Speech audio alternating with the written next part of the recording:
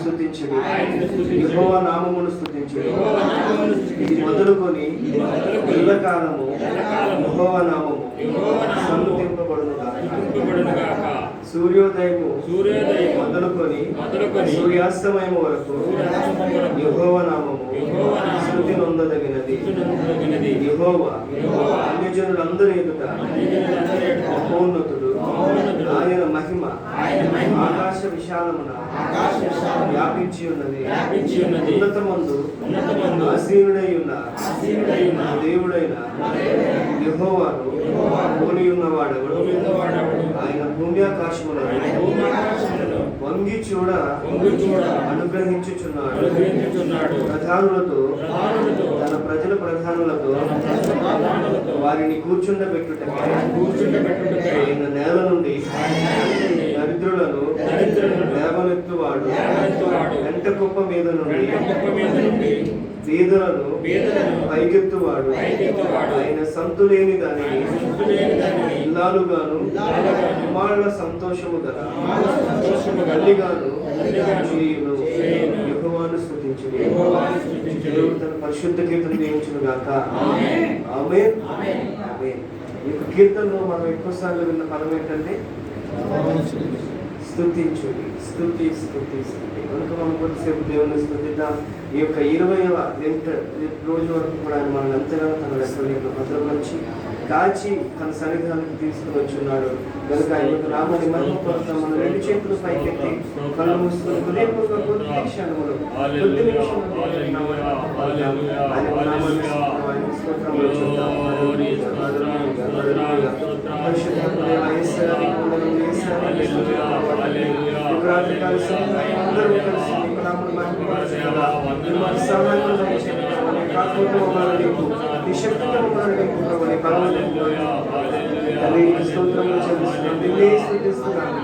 ఆరాధన చేస్తున్నాం.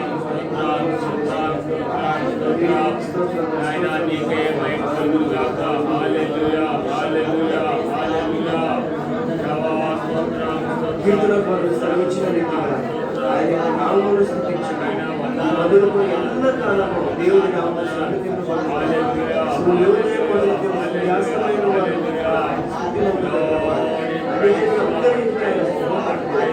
మహిమ ఆకాశ విషయాలను వ్యాపించి ఉన్నతమైన ఆశీర్వదించిన మన దేవుడు ఎక్కువ ఆయన భూమ్యాకాశంలో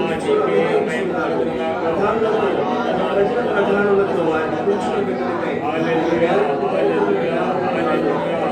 దేవుని ఆరాధించట. దేవాది దేవుని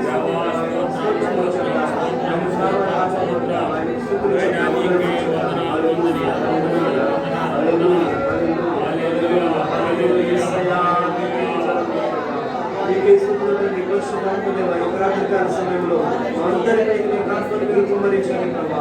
ఈ ఆత్మలను నింపు, ఈ అభిషేకంలో మమ్మల్ని నింపు, పరిశుద్ధాత్మలో నింపు ప్రభా. నీకు స్తోత్రములు చెల్లిస్తున్నాము.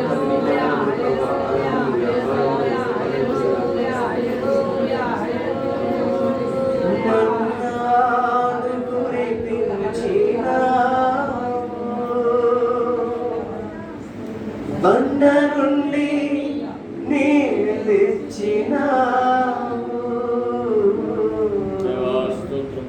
యెహోవా ఈరే చూచుకొను. సర్వం సమకూర్చును. ఆరాధనా నీకే, ఆరాధనా నీకే,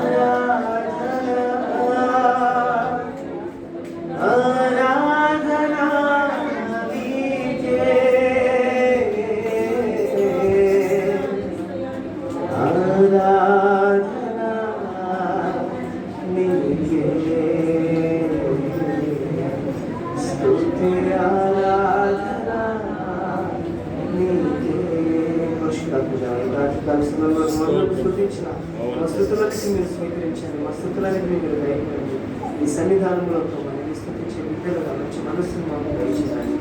ఆరాధనను ఆత్మీయతతో అభిషేకముతో ఆత్మతో మమ్మల్ని అంటే మీకు అగ్ని వల్ల మీకు గ్రహించు అగ్ని వల్ల మమ్మల్ని వాడుతున్నాయి. క్రీస్తు పరిశుద్ధనామం స్తుతి ఆరాధన సమర్పించుకుంటున్నాము. ఇప్పుడు సమయంలో మేమందరం కూడా మీ యొక్క వచ్చిన ధ్యానం చేయబోతున్నారు. మాతో మీరు ఉండి నాకు హృదయాన్ని తెరిచి దాన్ని సరైన పద్ధతిలో అర్థం చేసుకుని ఈ దీవెనాశీర్వాదాలు పొందుకునే సహాయం దయచేయమని నిల్చున్న నన్ను కూడా మీరు వాడుతుంది మా హృదయాల్లో మీరు మాట్లాడతాను. ఈ సినిమాలో అడుగుతున్నాను. ప్రపంచము అంటే ఏంటంటే వాట్ ఈస్ వరల్డ్? ప్రపంచం అంటే దేశాలు కలిపితే ప్రపంచం ఏంటంటే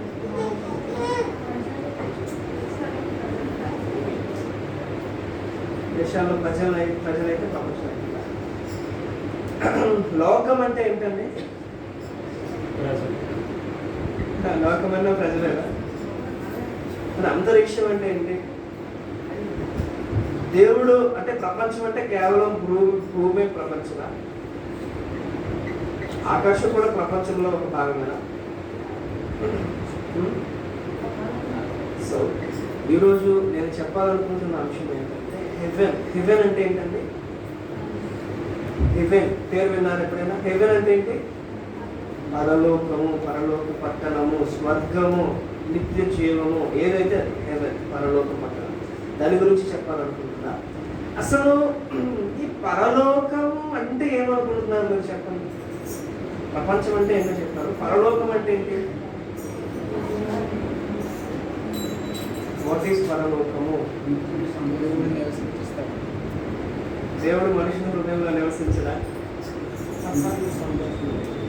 నిత్యము సంతోషం కలిగిన స్థలం పరలోకం. ఇంకేమైనా చెప్పాలనుకుంటున్నా?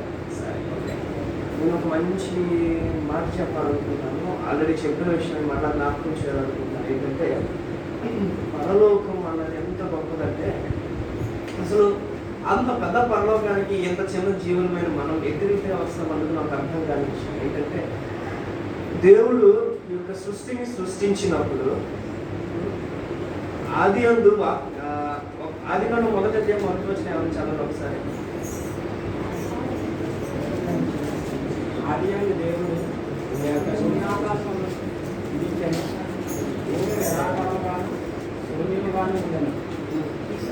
అగాధికమైన కన్నులు చీకటి అగాధికమైన కన్నులు దేవుని ఆత్మ జాముల పైన అలాడుతుంది.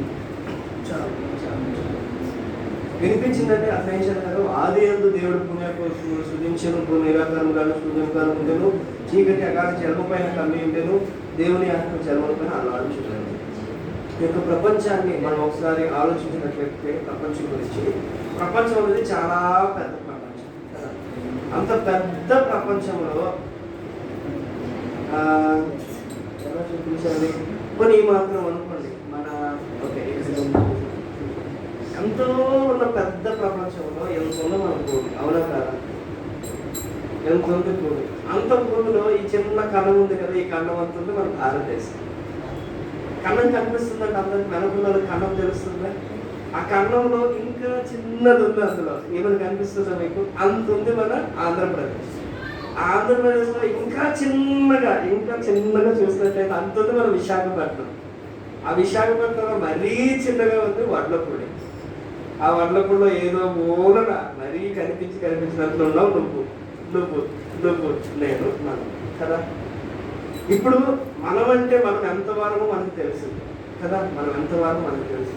మనకంటే మన ఇల్లు పెద్దది, మన ఊరు పెద్దది, మన రాష్ట్రం పెద్దది, మన దేశం పెద్దది, ఈ భూలోకం పెద్దది, ఈ ప్రపంచం పెద్దది.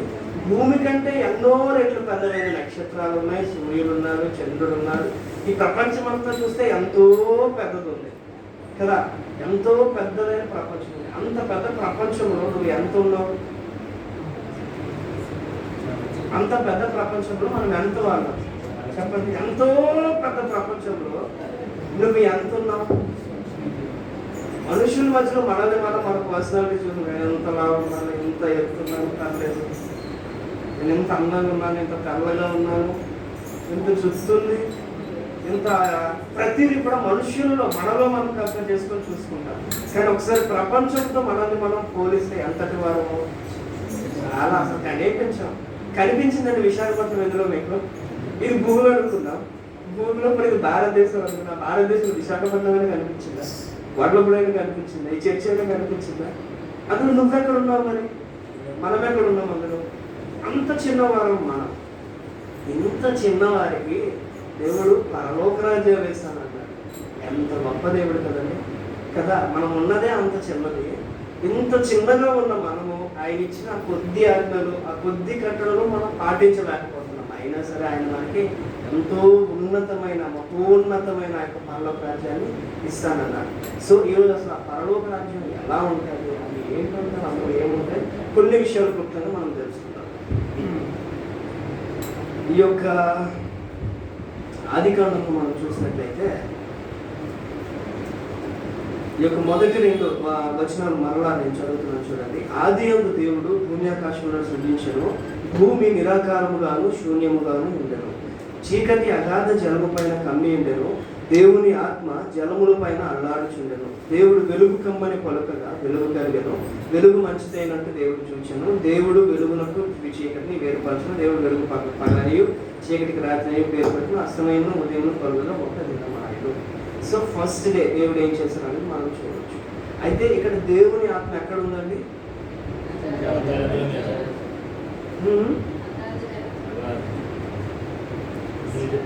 కరెక్ట్గా చూసి చెప్పండి, దేవుని ఆత్మ ఎక్కడ ఉంది?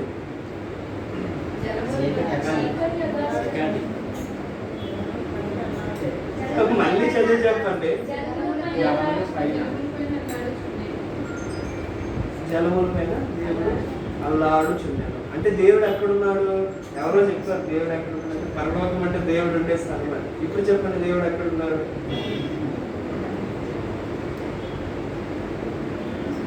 ఏం అర్థం కావట్లేదు కదా. దేవుడు ఎక్కడున్నారు? జలముల పైన దేవుడు ఉన్నాడు. అంటే ఇక్కడ మనం మరలా చూడండి, భూమిని ఆకాశాన్ని ఆదియందు దేవుడు చేశాడండి. చేసిన తర్వాత ఏమైందంటే భూమికి ఆకారం లేదు, శూన్యంగా ఉంది. భూమిలో ఏమీ లేదు, ఒక ఆకారం అంటూ లేదు. అలా ఉన్నప్పుడు చీకటి అగాధ జలము పైన కమ్మి ఉండేను, దేవుని ఆత్మ జలముల పైన అలా ఆడుచుండేను. అలా ఉన్నప్పుడు అయితే దేవుడు పరలోకం ఉండడం విషయం మనందరం కూడా తెలుసు. సో అప్పుడు ఆదిలో ఏది లేదు, అసలు ఏది లేనప్పుడు కూడా దేవుడు ఉన్నాడు. దేవుడు ఎక్కడ ఉన్నాడు, ఎలా ఉన్నాడు అన్న విషయం మనం ఎవరికి చెప్పలేము. ఆయన జలం పైన అంటే ఆయన చూస్తున్నాడు, అలా చూస్తున్నాడు. ఈ భూమి ఉంది, అయ్యో నేను చేయడం అయితే భూమిని చేశాను కానీ దీనికి రూపం లేదు, ఏమీ లేదు, ఆకారమే లేదు, ఇదంతా శూన్యంగా ఉంది, ఏ మనిషి లేదు, ఏ పక్షి లేదు, జంతువు లేదు, ఒక రూపం కూడా కనీసం అసలు భూమి అనడానికి అది పేరు భూమి కానీ అందులో ఏమీ లేదు. అలాంటి దగ్గర కూడా దేవుడు అప్పట్లో ఉన్నాడు అన్నమాట. సో ఒకసారి మనం చూద్దాం. పేతురు 2వ పత్రిక 3వ అధ్యాయం 10 నుండి 13 వచనాలు ఎవరైనా చదవాలి.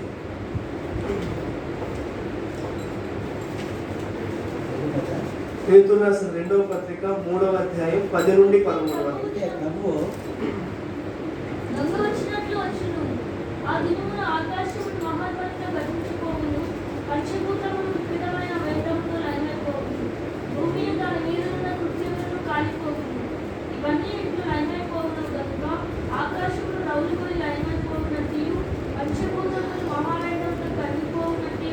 దేవుని దిన ప్రాకృతం కనిపెట్టచ్చు, దాని ఆశతో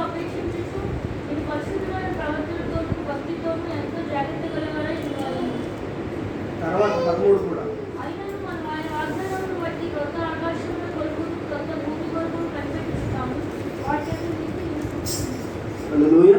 హల్లెలూయా. సో ఇంతకీ మనము కంప్లీట్గా చెప్పాలి అంటే హెవెన్ అంటే ప్యూర్గా మన మీనింగ్ ఏంటండి? దేవుడు ఎక్కడ ఉంటాడు అంటే ఏమంటాం? జలముల మీద ఉంటాడు కాదండి, దేవుడు ఆకాశములో ఉంటాడు అన్నది మనందరికీ తెలిసిన విషయం. అవునా కాదా? దేవుడు భూమి మీద ఉండడు, దేవుడు ఆకాశములో ఉంటాడు. అవునా కాదా? క్లారిటీ ఉంటుంది. సో పరలోకం గురించి మనం ధ్యానం చేయాలంటే మొదటిగా ఆయన భూమిని ఆకాశాన్ని సృజించాడు. ఆయన ఆకాశంలో ఉన్నాడు, భూమి చూస్తే నిరాకారంగా శూన్యంగా ఉంది. కనుక భూమిని మరలా సరిగ్గా చేసి దానికి ఆకారం ఇచ్చి ఈ భూమి మీద మనుషుల్ని, జంతువుల్ని, మనకు కనిపిస్తున్న ప్రతి సృష్టి అంతటిని కూడా దేవుడు పెట్టాడు. అయితే ఇక్కడ ఏమవుతుందంటే పరలోకం విషయానికి వస్తే ఆయన చేసిన ఆ యొక్క భూమి ఆకాశములు పాడైపోతాయి కదా. ఆయన రాకడ వచ్చినప్పుడు ఆ భూమి ఆకాశాలు పాడైపోయి ఏమవుతుంది? క్రొత్త భూమి, క్రొత్త ఆకాశాలు మరలా స్థాపించబడతాయి. అంటే అర్థమేంటి? అంటే అర్థమేంటి చెప్పండి కరెక్ట్గా. క్రొత్త భూమి, క్రొత్త ఆకాశం మరలా దేవుడు స్థాపిస్తాడంటే అర్థం ఏంటండి? ఇవన్నీ కూడా ఆయన తీసివేస్తాడు. ఇప్పుడు మనకి ఏదైతే కనిపిస్తుందో, దేన్నైతే ఆకాశం అనుకుంటామో, దేన్నైతే భూమి అనుకుంటామో, ఇవన్నీ కూడా లైవ్ అయిపోతాయి. లైవ్ అయిపోయి మరలా కొత్త వాటిని దేవుడు సృష్టిస్తాడు. అప్పుడు అది అసలైన పరలోకంగా మనము చూడొచ్చు. మరి రెఫరెన్స్ చూద్దామండి. ప్రకటన గ్రంథము 21వ అధ్యాయము 1 నుండి 4 వచనాలు చదవండి. అంతటా నేను క్రొత్త ఆకాశమును క్రొత్త భూమిని చూచి తిని మొదటి ఆకాశము మొదటి భూమియు గతించిపోయిను, సముద్రము ఇక లేదు. మరియు నేను నూతనమైన యెరూషలేమును ఆ పరిశుద్ధ పట్టణము తన భర్త కొరకు అలంకరింపబడిన పెండు కుమార్తె వలె సిద్ధపడి పరలోకమందున్న దేవుని యొక్క నుండి దిగువచ్చి చూపించింది. చాలు. హల్లెలూయా. ఇక్కడ ప్రకటన గ్రంథంలో యోహాను గారు ఏం చెప్తున్నారంటే, అంతటి నేను క్రొత్త ఆకాశమును క్రొత్త భూమిని చూచి తిని మొదటి ఆకాశమును మొదటి భూమి గతించిపోయాను, సముద్రమును ఇకను లేదు. మరియు నేను నూతనమైన యెరూషలేము అను ఆ పరిశుద్ధ పట్టణము తన భర్త కొరకు అలంకరింపబడిన పెండ్లి కుమార్తె వలె సిద్ధపడి పరలోకమందున్న దేవుని యొద్ద నుండి దిగివచ్చుట చూచి తిని. అంటే ఇక్కడ మరలా కూడా అదే ముందు అలాగే మనం జ్ఞాపకం చేసుకున్న రీతిగా కొత్త భూమి, కొత్త ఆకాశం ఎట్టి రీతిగా దేవుడు కలిగిస్తాడో అవన్నీ కూడా దేవుడు మరలా కలిగిస్తాడు. కలిగించి అందులో ఎవరు ఈ యొక్క నూతనం ఎవరైతే సిద్ధపడి ఉంటారో వాళ్ళు మాత్రమే దానికి అర్హులు. పెళ్లి కుమార్తె వల్ల ఎవరైతే యెరూషలేము పట్టణమందు దేవునికి అర్హులుగా ఉంటారో, సిద్ధపడి ఉంటారో వాళ్ళు మాత్రమే ఆ యొక్క పరలోకంలోకి అర్హులు అన్న విషయాన్ని మనం చూసాం. మరలా యోహాను సువార్త 14వ అధ్యాయం 2వ వచనం చదవండి.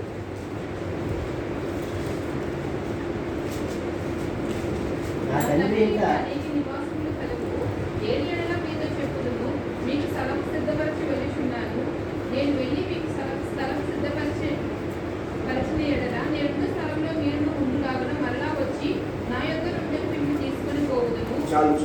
ఇందులో మొదటి వచనం కూడా మనం చూసినట్లయితే ఏమని ఉంటుందంటే, మీ హృదయమును కలవరపడనీయకుడి, దేవుని యందు విశ్వాసం ఉంచుచున్నారు, నా యందును విశ్వాసం ఉంచుడి. కంటిన్యూగా నా తండ్రి ఇంట అనేక నివాసములు కలవు, లేని ఎడల మీతో చెప్తున్నా మీకు స్థలం సిద్ధపరచ వెళ్ళుచున్నాను. సో దేవుని తండ్రి ఇల్లు అంటే ఏంటండి?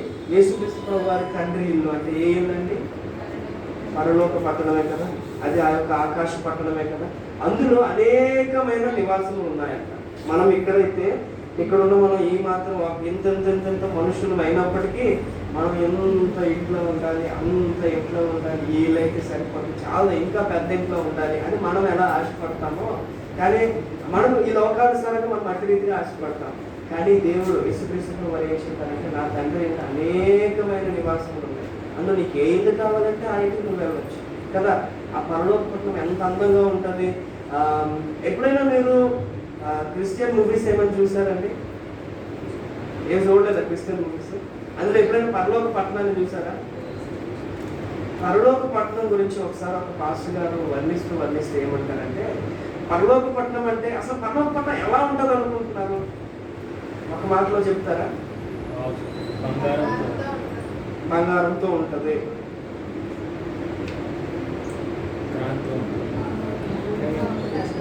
వెలుగుగా ఉంటుంది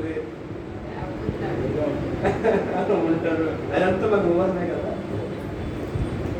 సో పరలోక పట్టణం మీద ఇలా మనం నడుపుతుంటే మనకు తగులుతుంది అంటారా, లేదంటే అలా గాలిలో ఎగురుకుంటూ వెళ్తామంటారా?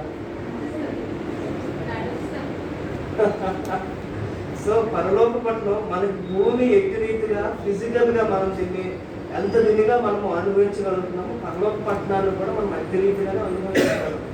సో ఈరోజు నేను చెప్తున్న ఈ మాటల ద్వారా మనం నేర్చుకోవాల్సిన విషయం ఏంటంటే, ఈ యొక్క పరలోక పట్టణం అన్నది చాలా గొప్ప పట్టణం అండి. మనకి హెబ్రీయులకు రాసిన పత్రికలో రాయబడి ఉంటుంది ఏంటంటే, పునాదులు గల పట్టణం కొరకు అబ్రహాము వేచి ఉన్నాడు, ఎదురు చూస్తున్నాడు. మనము ఏదైతే పట్టణంలో మనం ఉంటున్నామో మనం వీటికి పునాదులు అనుకుంటాం, కానీ ఇది పునాదులు కావు, జలాల మీద ఉంది. ఇదంతా కూడా ఎంత భూమి తవ్వినా మనకు వచ్చేది ఏంటి? జలమే. ఎక్కడ భూమి కింద ఏం చూసినా మనకి జలమే కనిపిస్తుంది కదా. సో పరలోక పట్టణం అన్నది చాలా ఫిజికల్గా మనం ఇది ఎంతగా ఫీల్ అవుతున్నామో ఇంకా బాగా మనం ఫీల్ అవ్వచ్చు. నిజంగా మనం పరలోక పట్టడానికి వెళ్ళగలిగే అర్హత అనుకుంటే, ఇప్పుడు మనం ఈ మట్టి రోడ్డులోన, ధూళి రోడ్డులోన, బురదల రోడ్డులోన, తారు రోడ్డులోన, ఇంకా ఏ రోడ్లు ఉన్నాయి మనకి, గతుకుల రోడ్డులోన, ముళ్ళు రోడ్డులోన, వీటి మీద నడుస్తున్నాం. కానీ తర్వాత మనము బంగారు వీధుల్లోన, బంగారు రోడ్ల మీద మనము నడవచ్చు. మరొక రిఫరెన్స్ చూడండి, లూకా సువార్త 23వ అధ్యాయము 43వ వచనం. అందుకు ఆయన వారితో, నీవు నాతో కూడా పరదేశంలో ఉండని నిశ్చయంగా నీతో చెప్పుచున్నాను. సరే, ఇక్కడ మనం ఇంకొకటి కూడా చూస్తాం. ఏంటంటే అది ఇంగ్లీష్లో చదవండి ఎవరైనా. ఇది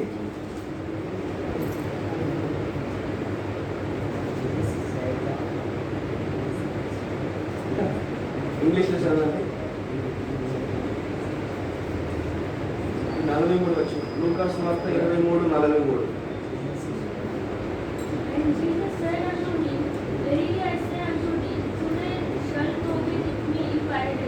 హల్లెలూయా. ఇక్కడ మరొక పదాన్ని మనం చూస్తామండి. ఏంటంటే, నేడు నీవు నాతో కూడా పరదేశంలో ఉండువని నిశ్చయముగా నీతో చెప్పుచున్నాను అని. ఎవరన్నారు ఈ మాట? ఎవరితో అన్నారు? దొంగతో అన్నారు. యేసుక్రీస్తు ప్రభువారు దొంగతో అన్నారు, నేడు నీవు నాతో కూడా పరదేశంలో ఉండువని నిశ్చయముగా నీతో చెప్తున్నాను. పరదేశం అంటే ఏంటండి?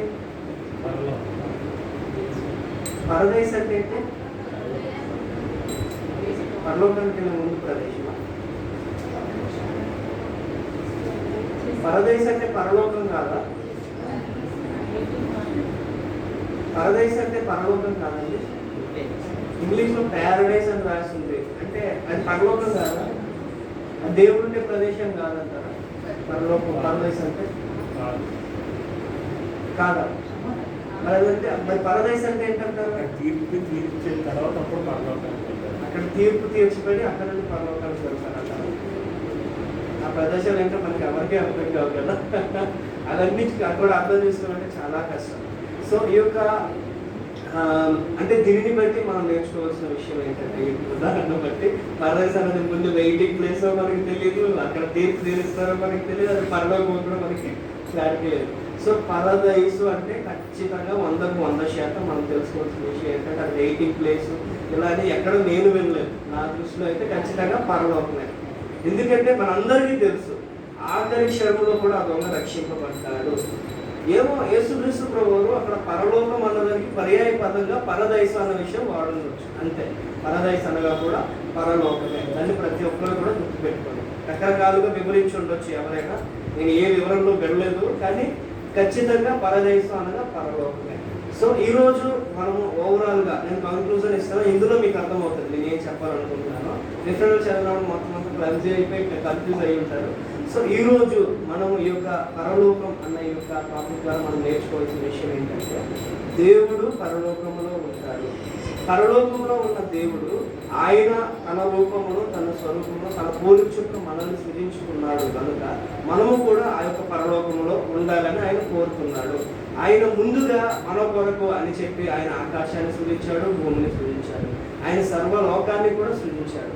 ఇందులో మీరు సరిగ్గా ఉండండి అని ఆయన చెప్తే మనం సరిగ్గా లేదు. కనుక ఒకానొక దినం వస్తుంది, యేసుక్రీస్తు ప్రభువు వారు మరలా రెండవ రాకడగా రాబోతున్నారు. ఆయన వచ్చినప్పుడు మనకి కనిపించిన ఈ పాత ఆకాశము, ఈ పాత భూమి ఇవన్నీ కూడా నాశనం అయిపోతాయి, ఇవన్నీ లైవ్ అయిపోతాయి. అప్పుడు కొత్త ఆకాశము, కొత్త భూమి ఉంటుంది. కొత్త ఆకాశం, కొత్త భూమి ఉంటుంది. ఆ కొత్త ఆకాశం కొత్త భూమి వచ్చిన తర్వాత అందులో కేవలం ఏర్పాటు చేయబడిన వాళ్ళు మాత్రమే, ఎవరైతే దేవుని వాక్యానుసారంగా బ్రతుకుతారో, ఎవరైతే ఆయన యొక్క వాక్యాలన్నీ పాటిస్తారో. సరిగ్గా మనం చెప్పాను కదా, స్టార్టింగ్లో చెప్పాను కదా, ఏమని ఎంతో పెద్ద పరలోకానికి ఇంత చిన్న జీవికి ఆయన అర్హత ఇచ్చాడంటే అది ఎంత గొప్ప అవకాశం. అంత చిన్న జీవమైన మనము అంత చిన్నవారం అయినప్పటికీ కూడా ఆయన యొక్క వాక్యాలే సరిగ్గా పాటించలేకపోతుంటాం. కొన్నిసార్లు ఆయన వాక్యానికి వ్యతిరేకంగా ఉంటాం. సో దేవుడు అప్పుడు కొత్త ఆకాశం కొత్త భూమి మన కొరకు చేస్తాడు. మనం నిజంగా దేవుని బిడ్డలమైతే, ఈవెన్ అంటే ఇంతవరకు మనం రక్షింపబడి ఉన్నా లేకపోయినా సరే, చివరిగా కూడా ఆయన ఆ యొక్క ఉదాహరణ చూశాం కదా, ఆ యొక్క దొంగ ఉదాహరణ చూసాం కదా. ఇక ఎన్ని రోజులు బతుకుతామో మనకి తెలియదు, ఎంతకాలం ఉంటామో మనకి తెలియదు కదా. రేపు అసలు ఈరోజు పడుకు రేపు ఉదయం లెగుస్తామో కూడా మనకి తెలియదు. అలాంటి వారమైన మనము ఈ చివరిలోనైనా దేవుణ్ణి ఖచ్చితంగా ఆయన యొక్క మాటలను విని ఆయన ఖచ్చితంగా పట్టుకొని ఆయన ఆజ్ఞల ప్రకారంగా మనం నడిచినట్లయితే ఖచ్చితంగా ఆయన పరలోకాన్ని మనకి ఇస్తాడు. అలాగే పరలోకం అంటే ఏంటంటే అది చాలా అందమైన ప్రదేశం, అది బంగారంతో కట్టబడింది. అందులో దేవుడు మనందరి కోసం కూడా స్థలాన్ని ఏర్పాటు చేస్తున్నాడు. ఆ స్థలం మనకు కావాలంటే ఖచ్చితంగా మనం ఆయన ఆజ్ఞలన్నింటినీ కూడా పాటించాలి. చివరిగా ఒక మంచి ఉదాహరణ చెప్పాలనుకుంటున్నాను నేను మీ అందరితో. హల్లెలూయా, హల్లెలూయా, హల్లెలూయా. ఇంకొకసారి చెప్తాం, హల్లెలూయా. ఒక మంచి ఉదాహరణ చెప్పాలనుకుంటున్నాను బైబిల్ నుండి. ఏంటంటే ఈ యొక్క పరలోక పట్టణం ఇది విషయం ఏంటంటే, ఈ యొక్క యోహాను గారు ఈ యొక్క ప్రకటన గ్రంథం రాసినప్పుడు అతనికి ఏ నాలెడ్జ్ లేదండి కదా. నార్మల్గా అయితే యోహాను గారికి ఏ నాలెడ్జ్ కూడా లేదు. అసలు యోహాను ప్రకటన గ్రంథం ఎలా రాశారో తెలుసా? ఎలా రాశారు? చూసి రాయడం కాదు. ఈ ప్రకటన గ్రంథంలో పరలోకం గురించి, ఈ యొక్క అంతం గురించి, నెక్స్ట్ యేసుక్రీస్తు ప్రభువు రెండో రాకడ గురించి, ఆ రాకడ వచ్చినప్పుడు ఏవేవి జరుగుతాయో, ఏ శబ్దాలు వినిపిస్తాయో, నెక్స్ట్ ఎట్టి రీతిగా బోధనలు వినిపిస్తాయో, రకరకాల వ్యక్తులు, వింతలు, విశేషాలు అన్నీ కూడా అందులో ఉంటాయి. అతనికి అన్నీ ఎలా తెలుసుకుని ఉండొచ్చండి? అక్కడ ఆత్మ చూసి అని చెప్తారు. అంటే దేవుడు అక్కడ ఏం చేశారంటే, ఈ యొక్క యోహాను ద్వారా దేవుడు ఏం చేశారంటే, అతను యోహాను నోరు తెరిచినప్పుడు దేవుడు అక్కడ ఏం చేశారంటే ప్రతిదీ కూడా యోహానికి చూపించాడు. సునీత చెప్పినట్టు చూపించాడు. అలాగే కొన్ని పుస్తకాలు దేవుడు ఏం చేశాడంటే, ఒక బుక్ని దేవుడు యోహానికి ఇస్తే ఆ పుస్తకం ఇలా తీసుకున్నప్పుడు ఆ పుస్తకంలో ఏ రాసిందో యోహాను చదవలేదు. చదవకపోయినప్పుడు ఆ పుస్తకాన్ని ఏమన్నాడంటే, నీవు పుస్తకాన్ని తినే అన్నాడు దేవుడు. తెలుసా ఈ విషయం మీకు? విన్నారు కదా. ఈ పుస్తకం నువ్వు తినే అంటే యోహాను ఆ పుస్తకాన్ని తినేశాడు. ఆ తర్వాత ఆ పుస్తకంలో విషయాలన్నీ కూడా తిన్నప్పటికీ కూడా అవన్నీ కూడా రాయగలిగాడు. అంటే ఇవన్నీ కూడా ఒక అద్భుతమైన కార్యాలండి. అవి మనకి తెలుసుకోవాలనుకున్న అర్థం కాదు, మన ఊహకి మించింది. దేవుడు ఎవరిని ఎప్పుడు ఎట్టి రీతిగా వాడుకోవాలి. యోహాను కానీ ఆ పరలోకం గురించి ఎక్స్ప్లెయిన్ చేయకపోతే మనం తెలుసుకోలేము. ఇందాక మనం యోహాను సువార్తలో కొన్ని విషయాలు చెప్పాము. ఏంటంటే ఆయన వచ్చేది దొంగ వచ్చినట్లు ఆయన వస్తాడు, ఆయన ఎప్పుడు వస్తాడో ఎవరికి తెలియదు, ఆయన ఎలా వస్తాడో ఎవరికి తెలియదు. అదే రీతిగా యోహాను కూడా ఈ యొక్క పరలోక రాజ్యాన్ని చూశాడు. మన కళ్ళతో మనం అది ఎలా ఉంటుందో చూడగలమో లేదో కూడా మనకి తెలియదు. మనం ఖచ్చితంగా ప్రార్థనలో ఉంటే ఖచ్చితంగా పరలోక రాజ్యాన్ని కూడా మనం చూడగలం. యోహానుకి చూపించిన దేవుడు మనకు చూపించలేదా కదా? యోహానుకి చూపించిన దేవుడు మనకు చూపించలేదా? ఖచ్చితంగా మనము కూడా ప్రార్థన చేసినట్లయితే, ప్రార్థనాపూర్వకంగా ఉన్నట్లయితే యోహానుకి దేవుడు దర్శనం ద్వారా చూపించవచ్చు, డైరెక్ట్గా ఆత్మీయ నేత్రాలు చేసి చూపించవచ్చు, లేదంటే ఆ పుస్తకం ఇచ్చి అతను తినేసినట్టుగా ఎలా అయితే అలా చూపించాడో మనము కూడా ఖచ్చితంగా దేవుడు బలంగా ఉన్నట్లయితే ఏదో ఒక విధంగా దేవుడు మనకి చూపించగలరు. సో ఆ పరలోక రాజ్యంలో వారసులుగా మనందరూ ఉండాలని నేను హృదయపూర్వకంగా కోరుకుంటున్నాను. బైబిల్లో పరలోక రాజ్యంలో మొదట దేవుడు ఉంటాడు, దేవుడి పక్కన సింహాసనాలు ఉంటాయి. ఆ సింహాసనాల్లో అదే దేవుడు కూర్చున్న దగ్గర ఒక పక్క యేసుక్రీస్తు ప్రభువు వారు కుడి పార్శ్వంలో ఆసీనుడై ఉంటారు. ఆ తర్వాత ఆ యొక్క చుట్టుప్రక్కల కూడా ఒకవైపు అందరూ ప్రవక్తలు ఉంటారు, ఇంకొక వైపు దేవుని శిష్యులు ఉంటారు. దేవునికి చుట్టూ ఇక్కడ దేవుడు సింహాసనం మీద కూర్చుంటే ఆయన చుట్టూ ఆయన దేవదూతలు అందరూ ఆరాధన చేస్తూ ఉంటారు. కనిపిస్తుందండి మీకు? ఏమైనా పిక్చర్ అర్థమవుతుందని నేను చెప్తుంటే అందరికీ చూడండి. దేవుడు ఇక్కడ కూర్చున్నారు, దేవుడి పక్కన యేసుక్రీస్తు ప్రభువు వారు ఉంటారు కదా. ఆ తర్వాత ఈ ముందు ఎవరు ఉంటారు? ఒక పక్క శిష్యులు ఉంటారు, పెద్దలు ఉంటారు, ఇంకొక పక్క శిష్యులు ఉంటారు. ఆ తర్వాత ఈ చుట్టూ ఎవరు ఉంటారు? దేవదూతలు ఉంటారు. ఊహించుకోవడానికి అంత బాగుందండి అది. అంటే నాకు ఎక్స్ప్లెయిన్ చేయడం రావట్లేదు, కానీ ఒకసారి మనం అలా ఊహించుకుంటే ఎంత బాగుంటుంది. అలాంటి ప్రదేశంలో ఎక్కడైతే మనం ఇలా బయటకు వస్తే అక్కడ గొడవలు ఆడతారు, అక్కడ కొట్టుకుంటారు, అక్కడ యాక్సిడెంట్లు అవుతున్నాయి, అక్కడ మరణాలు ఉంటున్నాయి, ఏవేవో అక్కడ ఏదో పండుగ అవుతుంది, అక్కడ ఏదో పెళ్ళిళ్ళు ఏవో జరుగుతున్నాయి. కానీ ఇవేమి ఇలాంటి డిస్టర్బెన్స్ ఏమి లేకుండా, ఇలాంటి గొడవలు ఏమీ లేకుండా కేవలం మనం నిజంగా పరలోక పట్టణానికి అర్హులం అయితే అక్కడికి వెళ్ళినప్పుడు అందరూ అలా ఆరాధన చేస్తున్నప్పుడు మనము కూడా అందులో ప్రవేశించి వాళ్ళతో పాటు మనము కూడా ఆరాధన చేసి అంత సంతోషంగా ఉంటుందండి. కాదా? నిజమే కదా? అవునా కాదా? ఒకసారి ఒక దైవజనుడు ఒక ప్రశ్న వేశారు. ఈ ప్రశ్న అందరికీ తెలిసిన ప్రశ్న ఏంటంటే, మనం భూలోకంలో ఉంటూ కూడా పరలోకంలో ఉన్న ఆ యొక్క మహిమను, ఆ యొక్క ఆనందాన్ని, ఆ యొక్క ఆరాధనని భూలోకంలో మనం అనుభవించగలమా? మీ ఆన్సర్ ఏంటి? మీ ఆన్సర్ ఏంటి? అనుభవించగలమా? భూలోకం పరలోకం కాదు కదా, అనుభవించగలమా? ఆయనలో ఉన్నప్పుడు కదా. సో పరలోకంలో ఆరాధన ఎలా ఉంటుందో మనకు తెలియదు, కానీ నిజంగా మనం ఆత్మతో నింపబడి, నిజంగా మనం ఆయన అభిషేకంతో నింపబడి, ఆయన శక్తితో నింపబడి ఆరాధన చేస్తే ఖచ్చితంగా ఆ యొక్క పరలోకాన్ని మనం భూలోకంలోకి దింపినట్టు. కనుక ఈ భూలోకంలో ఉన్నప్పుడే అంతగా మనం పరలోకాన్ని అనుభవించినట్లయితే రేపు నిజంగా ఆ పరలోకానికి వారసులై ఆ యొక్క మహిమ పట్టణంలో మహిమ శరీరంతో మనం నిన్ననే పాస్ గారు చెప్పారు ఏంటంటే ఆయన మహిమ వస్త్రం ఇస్తారు, నీతి వస్త్రం ఇస్తారు. అక్కడ దేవతతో చూసి ఏమంటారంట, ఎవరు మీరు మాకంటే మహిమ కలిగిన వస్త్రాలు వేసుకున్నారు, మాకంటే మెరిసిపోతున్న వస్త్రాలు వేసుకున్నారు, ఆ వస్త్రాలు మనకు వద్దా? ఈ లైటింగ్ లో చిన్నది మెరుపున్న బట్టలు వేస్తే జిగ్గు అంటారు కదా. అలాంటిది అంత ప్రకాశవంతమైన ప్రదేశంలో ఆ పరలోక పట్టణంలో మహిమ వస్త్రం వేసుకుని నేను అలా నడుస్తూ వెళ్తూ దేవుడిని ఆరాధన చేస్తే అంత బాగుంటుందని కదా. సో ఈరోజు మనం ఈ యొక్క ప్రసంగం ద్వారా మనం నేర్చుకోవాల్సిన విషయం ఏంటంటే, ఈ ఆకాశము కానీ ఈ భూమి కానీ మనకు కనిపిస్తున్న ఏది శాశ్వతం కాదు. కేవలం దేవుని రాజ్యం మాత్రమే శాశ్వతం. ఆ రాజ్యంలో ఉండాలంటే ఇందులో ఉన్న దేనిని మనము ఆశించకూడదు. నీ బిడ్డలు ఏమైపోతున్నారా, నీ కుటుంబం ఏమైపోతున్నా, నువ్వు ఎంత సంపాదిస్తున్నావు, నీ ఉద్యోగం ఎక్కడిపోతుంది అని దేని గురించి మనం చింతించాల్సిన అవసరము లేదు. మన ఫోకస్ అంతా ఇక్కడ నుండి పరలోక పట్టణం మీద ఉండాలి, దేవుని మీద ఉండాలి, ఆయన ఇచ్చిన వాక్యం మీద ఉండాలి. అలా ఖచ్చితంగా మనం ఫోకస్ చేసినట్లయితే ఈ లోకంలో ఉన్నప్పుడు కూడా ఆయన యొక్క పరలోక అభిషేకాన్ని అనుభవిస్తాం. తర్వాత పరలోక రాజ్యానికి వెళ్ళిన తర్వాత యుగ యుగాలు తరతరాలు దేవుణ్ణి ఆరాధన చేస్తూ ఆయన సంతోషంగా మనము బ్రతికగలం. అట్టి కృప మనందరికీ కూడా దేవుడు అనుగ్రహించును గాక. ప్రార్థన చేసుకుందామండి. పరిశుద్ధాత్మగా ఈ సేవకు వందనములు ప్రభా. రాత్రికాల సమయంలో ప్రీతిలో మేము అందరము కలిసి ఈ యొక్క నామమును బట్టి కొన్ని విషయాలు మేము ధ్యానం చేయడానికి ఇచ్చిన అవకాశం బట్టి వందనములు చెల్లిస్తున్నాం. నిజమేనన్నా నీ యొక్క పరలోక పట్టణం చాలా గొప్పది, చాలా ఉన్నతమైనది ప్రభా.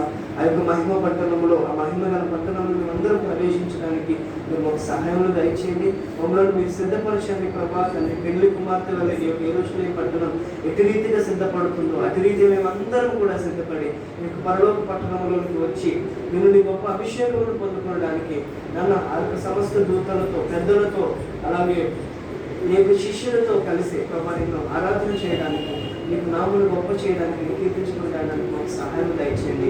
నీకు రాత్రంతే మాకు సుఖంగా కలిగేసి నీ దర్శనములతో నింపండి. మళ్ళా వైకోజాము మేమందరము కూడి నీ యొక్క వాక్యమును పఠించి తండ్రి గొప్పగా నిన్ను ఆరాధన చేసి మహిమపరచడానికి మాకు సహాయం దయచేయాలని, దాని వారిని దయతో క్షమించమని క్రీస్తు యేసు పరిశుద్ధ నామములో ప్రార్థన సమర్పించుకుంటున్నాము తండ్రి.